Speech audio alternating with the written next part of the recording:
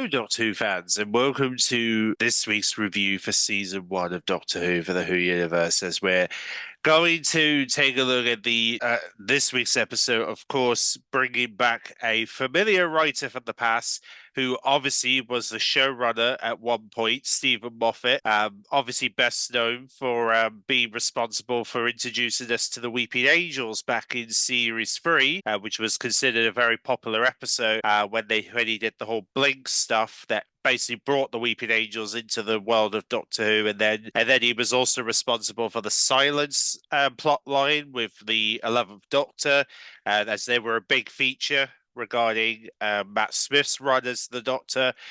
He was also responsible for bringing the Master back as a female during the Capaldi years, which was kind of, and then obviously brought John Sim back gradually towards the end of his run as the showrunner. And he was also responsible for some other interesting ideas that he came up with as well along the way. Also, the River Song stuff he was also responsible for back in the past.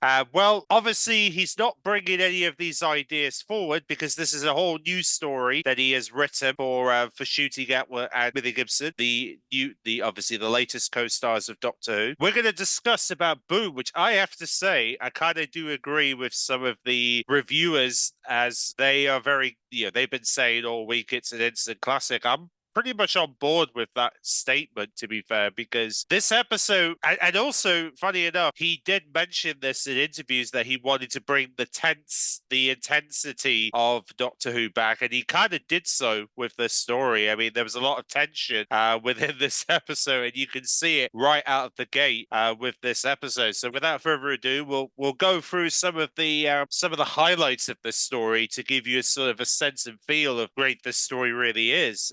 In terms of the level of tendency that Moffat has developed with this new script. And by the way, we will have another script from him at the end of the year. He'll be doing this year's Christmas special. So, of course, he'll probably have a different tone plan for that episode. So that will be something to look forward to later in the year. But with that said, let's begin, shall we? Now, first off, before we go into the story, we must acknowledge some of the Easter eggs that were mentioned in the story, because there were a couple of line drops that might be very familiar to you, especially the fact that the Doctor does bring up the fish fingers and custard.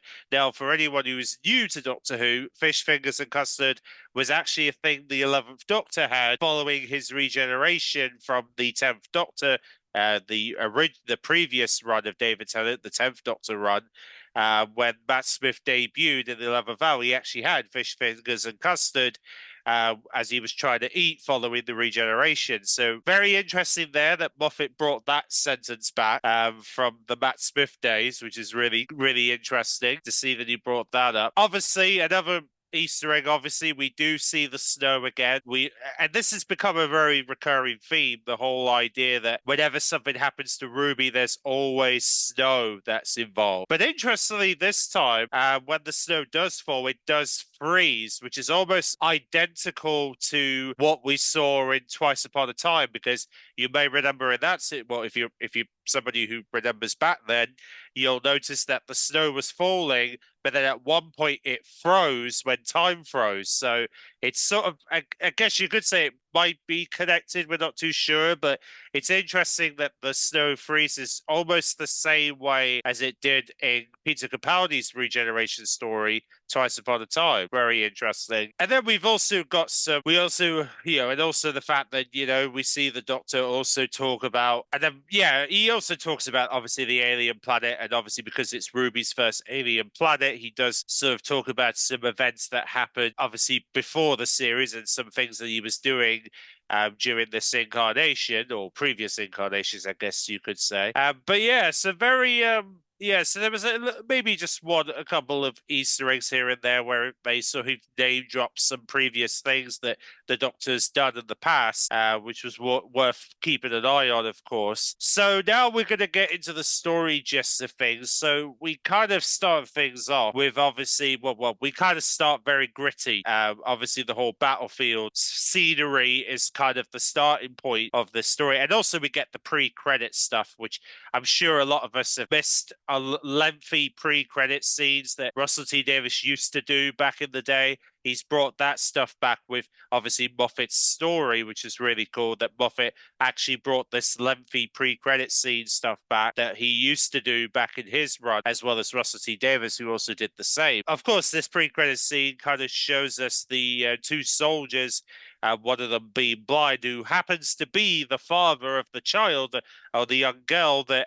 they seem to have this interesting communication where they're sort of communicating through thought process, which is sort of a future way of communicating, which interestingly enough, that's there's been a lot of like speculation whether that's going to be a future for us potentially. But yes, and obviously the father kind of tells the daughter, "Oh, make sure you brush your teeth," and they have this sort of telepathic stuff to let them know whether she's brushed her teeth or not, which is kind of creepy. But yeah, you can see whether, because it's futuristic, you can see why. But of course, unfortunately, the father comes across the ambulance, which once again, we see Susan Twist as the ambulance, and this face keeps popping up a lot, doesn't she? She keeps being a recurring theme. She's been popping up in every episode so far. She's going to be popping up in next week's story as well, and most likely going to be popping up in every single story all the way to the series finale. So chances are we're not going to be getting rid of her just yet, from the looks of things. But yeah,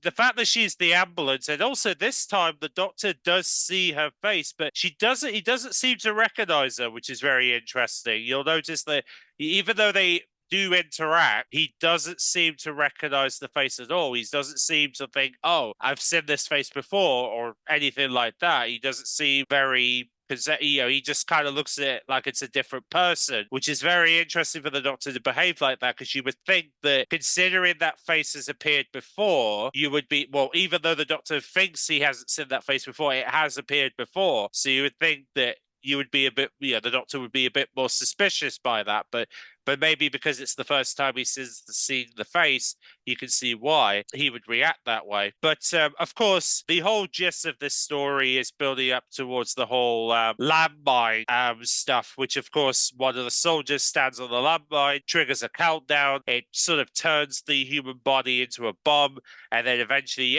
he basically just explodes, even though it kind of just makes this sort of light explosion that doesn't really damage the planet as much as which is interesting. And then, of course, the blind soldier, or partially blind soldier, as he labels it, he gets called by the ambulance, and the ambulance looks at his medical issues as like, "Oh, it will take 4 weeks for you to get your blindness out," but then they don't seem to want to help. They just want to kill. They decide to just dissolve the body into a tube that makes an AI out of the corpse of the person, which is very weird way of how they solve death apparently there. But there you go. That's a very bizarre way of dealing with it. But either way, the Doctor hears the scream. He starts to think, okay, something's up here. Ruby obviously was getting ready, so he was rushing without Ruby, and then Ruby's like, "Wait up for me," and everything. And then as soon as the Doctor encounters that flash, he basically goes down, and then he stands on a landmine. He starts to, and obviously this is the first time the Doctor can't move. Obviously, this is one of the recurring themes that Moffat wanted to achieve with this story, was sort of take an element of something that the Doctor usually does, and that's run away from situations. This time he can't run, he can't move, because if he moves, the thing explodes, and in fact, as he says in the episode, if he moves, he's most likely going to destroy the planet, because, well, he's an alien with two hearts, so his exposure is going to be even more devastating than all the previous ones. So you can obviously tell that Ruby was kind of basically, the Doctor had to guide Ruby into sort of keeping the Doctor calm as much as possible, and to sort of discover, and for the Ruby to describe to the Doctor what this landmine is and what it's capable of, and then he starts to realize that this is Cassandra 3, obviously because Ruby looks at the sky and she's very fascinated by the alien planet stuff. And then she picks up the corpse of the dead body that is now in this tube that's now turned into an AI. But in the process of all that, the doctor's trying to figure out a way to get himself out of the situation. The young girl, the daughter of the father who died, shows up looking for her father, and obviously the doctor tries to, he was trying to explain to her, like, look, your father's died, but he doesn't want to say anything because he didn't want to be disrespectful to her, knowing that, he just realized that, the AI of his father basically said, hey, I kind of died to the ambulance, pretty much. But then, of course, we do come across, I guess, the mother of the daughter of some, I guess you could look at it that way, comes in and decides to point the gun at the doctor's like, oh, you're trying to hostile us or something, and trying to think that he's the enemy. But obviously the doctor's trying to explain, look, I'm just holding it to keep myself balanced because I'm literally on the landmine that's about to explode. So, and my exposure is going to be far worse than all the previous ones. So you might want to deal with this first before pointing a gun at me. But then whilst that's going on, of course, the ambulance starts coming in, and it was potentially going to trigger, was going to go after the doctor. And then Ruby tries to distract the ambulance. And she was originally going to shoot the person until her guy who fancies her decides to show up. Yeah, because he was looking at from a distance, thinking, "Oh my God, he's going to shoot the woman I like." So he decides to shoot Ruby, and we have that all like, "Oh my God, they just shot Ruby. Ruby's gone. What the hell's going to happen for the rest of the series?" Luckily, it's not the end for Ruby. In case you're curious, like, "Oh my God, they just shot Ruby." Then what the hell's happening in the finale if Ruby's not there? Luckily, Ruby hasn't gone, because technically the guy who was, the guy who had sort of a love interest into this female, he ends up dying, but he was able to, so he was trying to make sure that the ambulance could save Ruby and try to rewire things so that it could do that. But then, of course, the doctor uses the AI of the dead father to try and reverse the protocols of the ambulance so that it could revive Ruby. And the doctor tries to figure out what actually is going on the planet, because they've been saying all along that, oh, they're at war with the Constellians. But the thing is, though, the Constellians haven't been seen, so technically they're at war with basically nothing. They're just creating a war for the sake of creating a war, pretty much, is kind of how the doctor looks at this. It's like, yeah, you're creating a war just for the sake of creating a war, and you're at war with an AI ambulance who's destroying your fellow friends and turning their corpses into AI speakers, basically, is what it's doing. So obviously, with all that sort of being explained to us, we now it's up to obviously the doctor and friends and co to try to sort of get the father to sort of reverse the thing so it can save Ruby and prevent and stop the trip mine from exploding. But the problem is, and then there was obviously a brief second when it nearly exploded because all these ambulances started coming in, putting thought and process on their screen, like almost kind of signalizing, oh dear, the doctor is about to explode. And he kind of feared, like, oh God, it's going to explode. I'm going to destroy basically half of the planet. But luckily, the AI of the father was able to reverse it just in the nick of time so that it could change its protocol to be able to save Ruby and prevent the trip mine from exploding, meaning that the doctor could now move his feet and he was basically free from the trip mine, which is absolutely a great way to resolve that problem for the doctor, is that he was able to use that AI of the dead father to be able to save himself from basically being able to move after on this trip mine that was about to explode. But yeah, it was definitely a very intense story, especially when Ruby got shot. You had that tension of like, oh my God, the doctor's on his own now. But luckily, the machine revived her, which is great. Now, also, another thing to note is that you may remember a scene from the 60th anniversary where it shows the Doctor on a planet. Just so happens that scene with the Doctor closing his eyes and opening his eyes, looking on top of whatever planet the TARDIS is at, just so happens that scene was from this very story. So essentially, the 60th anniversary was teasing, boom, boom, Stephen Moffat's story all the way back in November of last year. So essentially they've been teasing this story since November of last year, which is pretty crazy. They've been teasing this since the 60th anniversary year, which is insane to me that they've been teasing ever since that they've been teasing that very moment since since last year that, hey, this is going to be a future event we'll see with the 15th Doctor. So how cool is that they've been teasing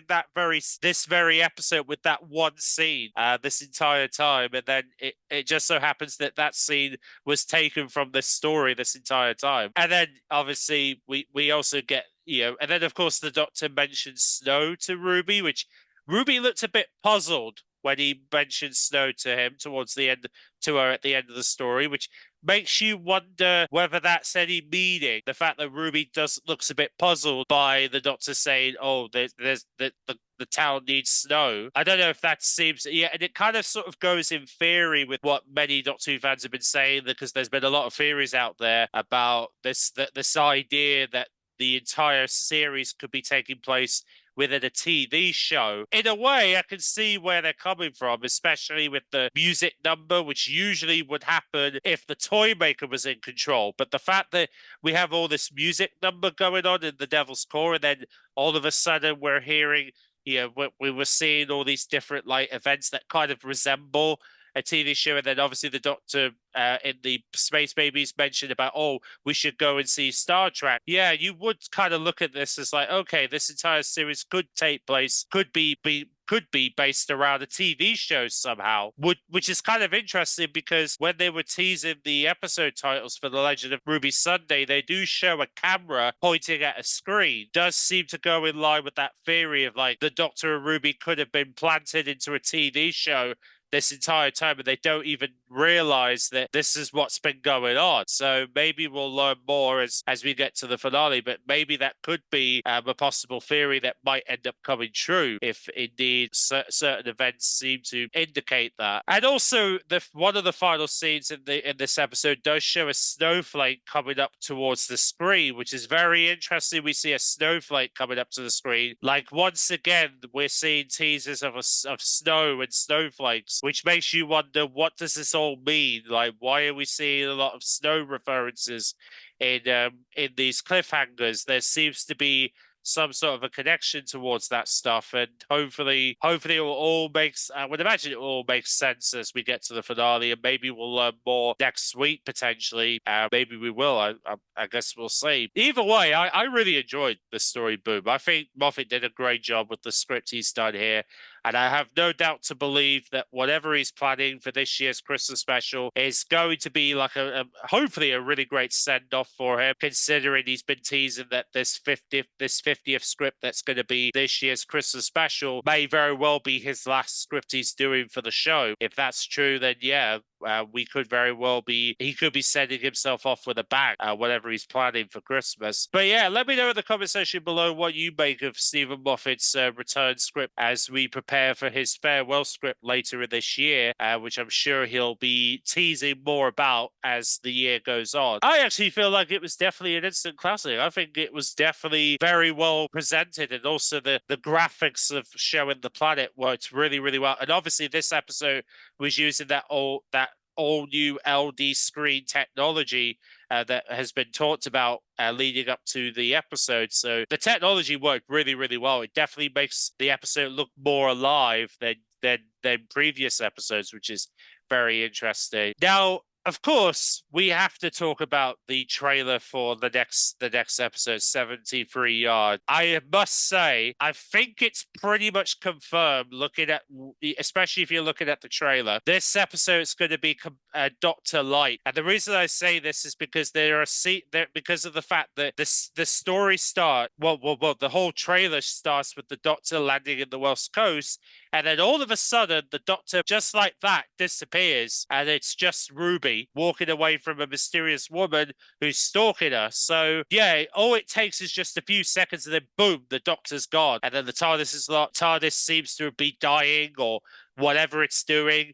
So it just so happens that within just one moment, the Doctor's just gone. And I have to wonder that, yeah, I think it's safe to say that we're going to see Ruby be more in charge of next week's story, considering the Doctor. And also, by the way, the filming of this story was also at a time when Ncuti Gatwa was still filming Sex Education. So he was filming Sex Education's final season when they were filming this story. So it makes perfect sense they would want to write him off briefly for this for some of the story, because he wasn't around for most of the filming because of Sex Education. He was filming the final season at the time when they were working on this story. So we should be like I said, we're definitely going to be getting a lot of Ruby Sunday moments next week. I'm definitely calling it now that there's going to be a lot Ruby Sunday next week. That's going to definitely, I think she's going to do a really good job on this companion focus story, as it's going to be Dr. Light. It's pretty much confirmed for next week with 73 yards. But I also do believe we're probably going to see developments towards the